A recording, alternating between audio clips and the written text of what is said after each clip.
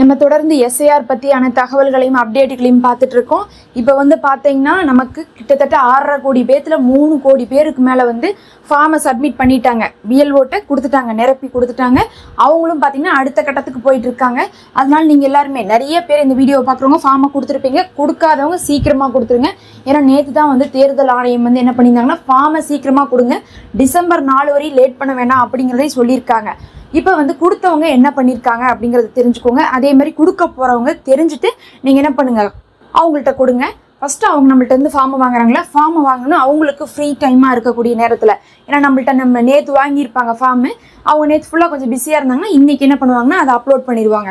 அவங்க வந்து ஒரு ஆப் இருக்குது, அவங்களுக்கு பிஎல்ஓ ஆப்னு ஒன்று இருக்குது. அவங்களுடைய ஆப்பில் அந்த தகவலை வந்து என்ன பண்ணுவாங்க, போடுவாங்க. அது மூலமாக அவங்களுக்கு கொடுத்துருக்கக்கூடிய ஐடி மூலமாக அவங்க போட்டுருவாங்க. போட்டோன்னு பார்த்தீங்கன்னா தேர்தல் ஆணையத்துக்கு தான் அந்த ஒரு ஆப் மூலமாக நம்ம கொடுக்கக்கூடிய தகவல் போக போகுது. அப்போ நம்ம ஃபார்மில் எழுதி கொடுத்துருக்கோம், அது வந்து என்ன பண்ணுவாங்கன்னா அவங்க வந்து ஆன்லைனில் போடுவாங்க. அப்படி ஆன்லைனில் போடும்போது வந்து பார்த்தீங்கன்னா ஃபஸ்ட்டு நம்மளுடைய இந்த QR கோட் இருக்குது பாருங்கள், நம்ம கொடுத்துருக்கக்கூடிய ஃபார்மில் இருக்கக்கூடிய மேலே இருக்கக்கூடிய QR கோடை ஸ்கேன் பண்ணிப்பாங்க. நம்மள்ட்ட கொடுக்கும் போது ஸ்கேன் பண்ணி தான் கொடுத்துருப்பாங்க. இப்போ உங்கள்கிட்ட ஒரு காலி ஃபார்ம் வந்துச்சுல்ல, அதுக்கு QR கோடை ஸ்கேன் பண்ணி கொடுத்துருப்பாங்க. அதை ஸ்கேன் பண்ணும்போது இன்னாருக்கு நாங்கள் கொடுத்துட்டோம் அப்படின்னு அர்த்தம். இப்போ ரிட்டர்ன் மறுபடியும் வந்து ஸ்கேன் பண்ணும்போது அவங்கள்ட்ட வந்து வாங்கிட்டோன்னு அர்த்தம். அப்போ அந்த QR கோடை ஸ்கேன் பண்ணி போவாங்க. அப்படி ஸ்கேன் பண்ணதுக்கு பிறகு வந்து பார்த்திங்கன்னா நம்மளை பற்றியான டீட்டெயில்ஸ்லாம் என்ன ஆரம்பிச்சிடும், அங்கே வர ஆரம்பிச்சிடும். ஏன்னா அந்த QR கோடு நமக்குன்னு தனியாக கொடுக்கப்பட்ட கோடு. அதனால் அந்த பேப்பர் ஃபார்ம் யாரதோ அவங்களுடைய டீட்டெயில்ஸ்லாம் வர ஆரம்பிச்சிடும். அங்கே வந்து பார்த்திங்கன்னா முதல்ல எடுத்துனுமே அவங்க ஃபில் பண்ணுறதே அந்த 2வது பெட்டி 3வது பெட்டியில் இருக்கக்கூடிய தகவலை தான். அப்போ நம்ம என்ன பண்ணியிருப்போம்னா 2 அல்லது 3 இந்த 2ல் ஏதாவது ஒரு பெட்டியாவது நம்ம நிரப்பியிருப்போம். பெரும்பாலும் வந்து 90% நிரப்பிடுறாங்க, 2வது பெட்டியோ இல்லை 3வது பெட்டியோ. இப்போ நான் வந்து என் ஃபார்மில் 2வது பெட்டி நிரப்பியிருக்கேன்னா என்ன அர்த்தம்னா, நான் 2002லேருந்து 2005 எஸ்ஐஆர் நடந்தபோது நான் இருந்தேன், அந்த லிஸ்ட்டில் நான் இருந்தேன்னு அர்த்தம். தொகுதி பெயரை கொடுத்து என்ன பண்ணிடலாம், ஈஸியாக எடுத்துக்கலாம். அப்படிங்கிறத நம்ம என்ன பண்ணியிருந்தோம், வீடியோ போட்டிருக்கோம். அதை பார்த்து கூட தெரியாதவங்க எடுத்துக்கலாம்.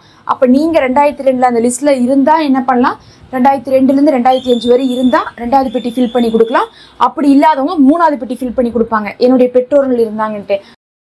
அதில் நிறைய பேருடைய சந்தேகம் என்னன்னு பார்த்தீங்கன்னா, எங்கள் அப்பாலாம் இருந்தாரானே தெரியல, எங்கள் அம்மாலாம் இருந்தாங்கன்னாவே தெரியல. ஏன்னா வந்து அவங்க இப்போ இறந்து 10 வருஷம் ஆச்சு. அதுக்கு 10 வருஷத்துக்கு முன்னாடி வந்து எஸ்ஐஆர் வந்து இருக்குது. ஆனால் அவங்க அந்த சமயத்தில் அவங்க எடுத்திருப்பாங்களா, எடுத்திருக்க மாட்டாங்களா, இதெல்லாம் அவங்களுக்கு தெரியாது. அவங்களே வந்து அந்த சமயத்துலலாம் வந்து பார்த்தீங்கன்னா இந்த மாதிரி விஷயத்துலலாம் ரொம்ப வந்து கவர்மெண்ட் என்ன பண்ண மாட்டாங்கன்னா ஸ்ட்ரிக்ட் பண்ண மாட்டாங்க. இந்த மாதிரி ஃபார்மை ஃபில்அப் பண்ணி கொடுக்கணும்லாம் இருந்ததில்லை. அதனால நிறைய பேருக்கு சந்தேகம்.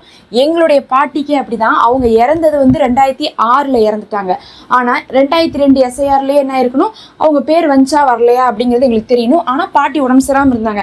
இப்போ உடம்பு சரியாமல் இருந்தவங்க அந்த சமயத்தில் போய் இந்த வேலையெல்லாம் பண்ணியிருப்பாங்களான்னு கேட்டால் இருக்காதுன்னு தான் நாங்கள் நினச்சிட்டு இருந்தோம். ஆனால் இப்போ தான் வந்து பார்த்திங்கன்னா ஃபார்மை கொடுத்து ஃபார்மை நம்ம ஃபில் பண்ணி அதை பிஎல்ஓட்டை கொடுத்து அதை அவர் செக் பண்ணி அப்லோட் பண்ணுறாரு. அப்போ அப்படிலாம் கிடையாது.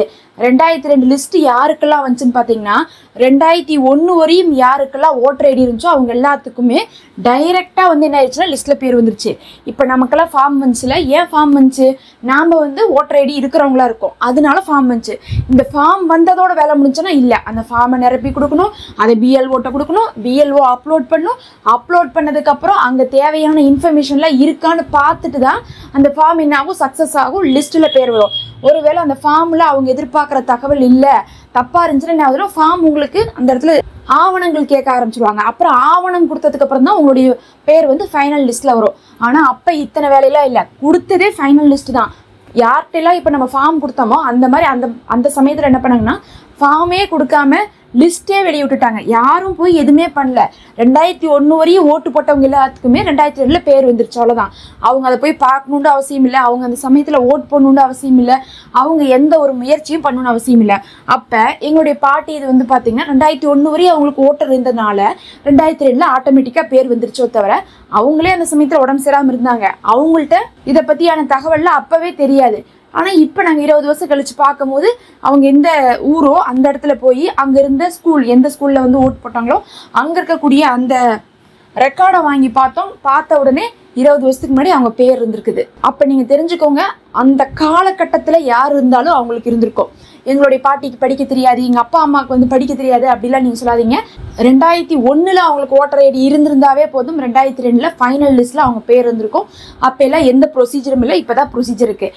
அதனால அந்த காலகட்டத்தில் உங்களுடைய தாத்தா பாட்டி முதல்ல அப்பா அம்மா இவங்க 4 பேர் வந்து வாழ்ந்திருந்தாவே அவங்களுக்கு வந்து பார்த்திங்கன்னா 99% அந்த பேர் வந்து என்ன இருக்குன்னா லிஸ்ட்டில் வந்திருக்கும். அந்த சமயத்தில் யாருக்கு வராமல் இருந்திருக்குன்னா ஓட்டர் ஐடியே எடுக்காமல் இருந்தவங்களோ இல்லை ஓட்டர் ஐடி ஏதோ ஒரு இடத்துல கேன்சல் ஆகிருக்கும் 2002க்கு முன்னாடியே, அவங்களுக்கு மட்டும் தான் வராமல் இருந்திருக்கும். அதனால என்ன பண்ணுங்கள், கண்டிப்பாக அந்த 2002 தகவலை நீங்கள் எடுக்க முடியும். அதை ட்ரை பண்ணி எடுத்துருங்க. இப்போ அதை எடுத்துட்டிங்கன்னா அதில் இருக்கிற தகவலை நீங்கள் 3வது பெட்டியில் எழுதிடுவீங்க. ஃபஸ்ட்டு பிஎல்ஓ என்ன பண்ணுறாருன்னா அந்த கியூஆரை ஸ்கேன் பண்ண கையோட இந்த 2வது பெட்டியா 3வது பெட்டியா 2ல் எது நிரப்பியிருக்காங்கன்னு பார்ப்பாங்க. எது நிரப்பியிருக்காங்களோ அங்கே ஆப்ஷன் இருக்கும். 2வது பெட்டியாக இருந்தால் அங்கே என்ன ஆப்ஷன் இருக்குன்னா இந்த நபர், இப்போ நீங்கள் யாருக்கு வந்து ஃபார்மை ஃபில் பண்ணுறீங்களோ அந்த நபரே 2002 இருந்தாங்கன்னு ஆப்ஷன் காட்டும். அதை கிளிக் பண்ணிவிட்டு என்ன பண்ணுவார், அந்த 2வது பெட்டியில் இருக்கக்கூடிய பார்ட் நம்பருக்கு பாருங்கள், அந்த சீரியல் நம்பர் பார்ட் நம்பர் அங்கே கீழே இருக்கக்கூடிய அந்த 2 நம்பரையும் கொடுப்பாரு. கொடுத்துனுமே அந்த 2002 இருக்கக்கூடிய மற்ற எல்லா தகவலும் அதுவே காமிச்சிடும். அப்படி இல்லாட்டினா 2002 அவங்களுடைய உறவினர்கள் தான் இருந்தாங்கன்னு சொல்லிட்டு 3வது பெட்டி நம்ம நிரப்பியிருந்தோம்னா அதில் வந்து இன்னொரு ஆப்ஷன் காட்டும் ஃபில் பண்ணும் போதே, இல்லை இந்த ஃபார்மை சேர்ந்தவர் இல்லை ஆனால் அவருடைய குடும்பத்தினர் இருந்தாங்க அப்படின்னு இருக்கும். அந்த ஆப்ஷனை டிக் பண்ணுவார். டிக் பண்ணிவிட்டு அங்கே இருக்கக்கூடிய பார்ட் நம்பர் கொடுப்பார். அப்போ நம்மளுடைய 2வது பெட்டி 3வது பெட்டி நம்ம நிரப்புறதை பொறுத்து தான் அவர் அங்கே வந்து என்ன பண்ணுவார், ஆப்ஷனை செலக்ட் பண்ணிவிட்டு அதில் வந்து நம்பரை கொடுப்பார். கொடுத்தனுமே அதில் எழுதியிருக்கக்கூடிய மிச்சம் எல்லா தகவலும் வந்துடும். அதோட பார்த்தீங்கன்னா முக்கால்வாசி வேலை முடிஞ்சிருச்சுன்னு தான் சொல்லணும். அதை என்ன பண்ணிடுவார், அங்கே தகவல் வரும். அந்த தகவல் வரும்போது அவர் என்ன பண்ணுவார்னா அதில் வந்த பெயரை மட்டும் பார்ப்பார். இப்போ அதில் வந்து பார்த்தீங்கன்னா குமார் அப்படின்னு பேர் வந்திருக்குன்னா அந்த குமார் எங்கே பார்ப்பாருன்னா நீங்கள் வந்து எழுதி கொடுத்துருக்கீங்களா அந்த 2வது பெட்டி 3வது பெட்டி எதை நீங்கள் எழுதி கொடுத்துருக்கீங்களோ அந்த பார்ட் நம்பரை போட்டு தான் அவர் அதை பார்க்குறாரு. அந்த பார்ட் நம்பர் போட்டுன்னு ஒன்று வருது பாருங்க ரெக்கார்டு, அந்த குமாரும் உங்கள் பேப்பரில் நீங்கள் எழுதியிருக்கக்கூடிய குமாரும் ஒன்றான்னு பார்ப்பாரு. கரெக்டாக இருந்தால் அவ்வளோதான், நெக்ஸ்ட் ஸ்டெப்புக்கு போயிடுவார். அதனால தான் இந்த பேர் எழுதும் போது நம்ம என்ன சொல்கிறோன்னா நிறைய பேர் செய்யக்கூடிய தப்புன்னா எங்கள் பாட்டி பேர் இதுதான்னு சொல்லிட்டு கரெக்டாக வந்து என்ன பண்ணுறீங்க, பாட்டி பேர் எழுதி கொடுத்துறீங்க. ஆனால் 2002 லிஸ்ட்டில் பார்த்தீங்கன்னா அவங்க பாட்டி பேர் எப்படி இருக்குன்னா நிறைய பிழையோடு இருந்திருக்கும். ஏன்னா வந்து இப்போ மாதிரிலாம் அப்பெல்லாம் யாருமே வந்து பேர் எழுதலை. சிலர் வந்து பேரை தப்பு தப்பாக எழுதியிருந்தாங்க. 4-5 எழுத்தெல்லாம் தப்பு தப்பாக இருக்குது. அப்படி இருக்கும்போது நீங்கள் சரியாக எழுதி கொடுத்தீங்கன்னா அவர் பார்ட் நம்பர் கொடுத்துடணும், உங்கள் பாட்டி பேரை காட்டும். ஆனால் நீங்கள் ஒன்று எழுதி கொடுத்துருப்பீங்க, அங்கே ஒன்று காட்டும். அப்போ என்ன பண்ணுவார்னா இது இல்லைன்னு சொல்லிட்டு என்ன பண்ணிடுவார், அவர் அதை வந்து ப்ரொசீட் பண்ணாமல் இந்த தகவல் 2002 தகவலே கொடுக்காம என்ன பண்ணிடுவாருன்னா முதல் பெட்டி தகவலை மட்டும் கொடுத்து சப்மிட் பண்ணிடுவார்.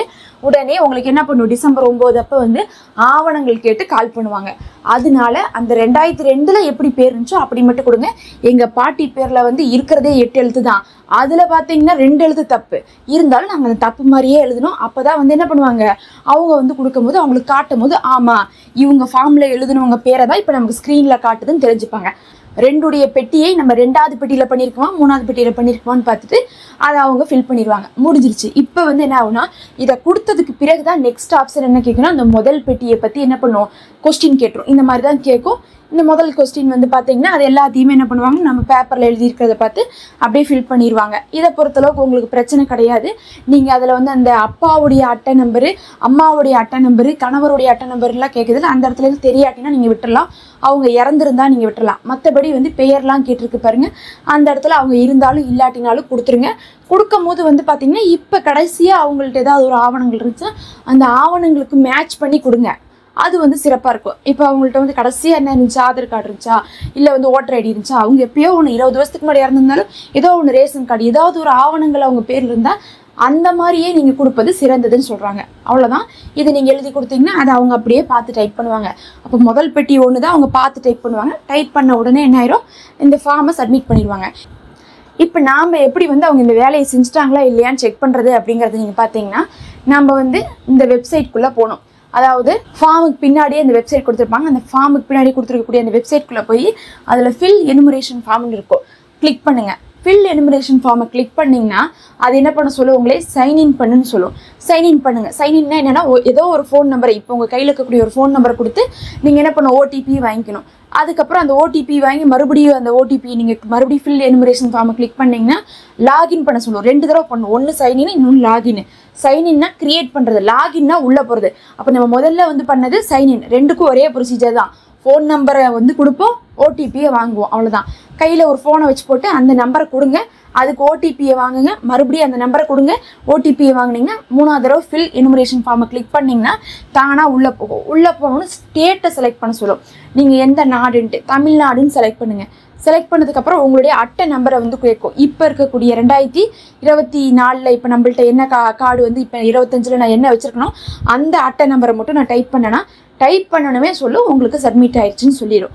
அப்போ நீங்கள் என்ன பண்ணிடலாம், வெளியே வந்துடலாம். சிலருக்கு வந்து அப்படி உள்ளே கொடுக்கும்போது அப்படியே அடுத்தது ஆதார் கார்டு கேட்குதாமா. அப்படி வந்தால் நீங்கள் என்ன பண்ணாதீங்க, ப்ரொசீட் பண்ணாதீங்க, வெளியே வந்துடுங்க. நீங்கள் எதுவும் பண்ணக்கூடாது, நீங்கள் செக் தான் பண்ண போகிறீங்க. யாருக்கெல்லாம் சப்மிட்டட்னு வருதோ அவங்களுக்கு பிரச்சனை இல்லை. ஆதார் கேட்டுச்சுன்னா நீங்கள் வெளியே வந்துடுங்க, எதுவும் பண்ணாதீங்க. சிலர் வந்து கேட்குறாங்க ப்ரீஃபில்டு அப்படின்னு சொல்லிட்டு வருது, ப்ரீஃபில்டு இன்ஃபர்மேஷன் வருதுன்னு சொல்கிறாங்க. அது வந்து பார்த்தீங்கன்னா நம்ம பிஎல்ஓட்ட கேட்டுட்டு உங்களுக்கு சொல்கிறோம். ஆனால் ஒரு சந்தேகம் என்னென்னா, நீங்கள் வந்து உங்களுடைய 2002 ஓட்டர் கார்டு நம்பரும் இப்போ இருக்கக்கூடிய ஓட்டர் கார்டு நம்பரும் சேமாக இருக்கா அப்படிங்கிறத நீங்கள் எனக்கு கமெண்ட்டில் சொல்லுங்கள். யாருக்கெல்லாம் ப்ரீஃபில்டுன்னு வருதோ அவங்களுக்கு அந்த மாதிரி வருதான்னு மட்டும் நீங்கள் வந்து என்ன பண்ணுங்கள், கமெண்ட்டில் சொல்லுங்கள். ஏன்னா அதில் ஒரு சந்தேகம் இருக்குது. இது உங்களுக்கு யூஸ்ஃபுல்லாக இருக்கும்னு நினைக்கிறேன். தொடர்ச்சியாக அப்டேட்டுக்கு மறக்காமல் சப்ஸ்கிரைப் பண்ணிக்கோங்க.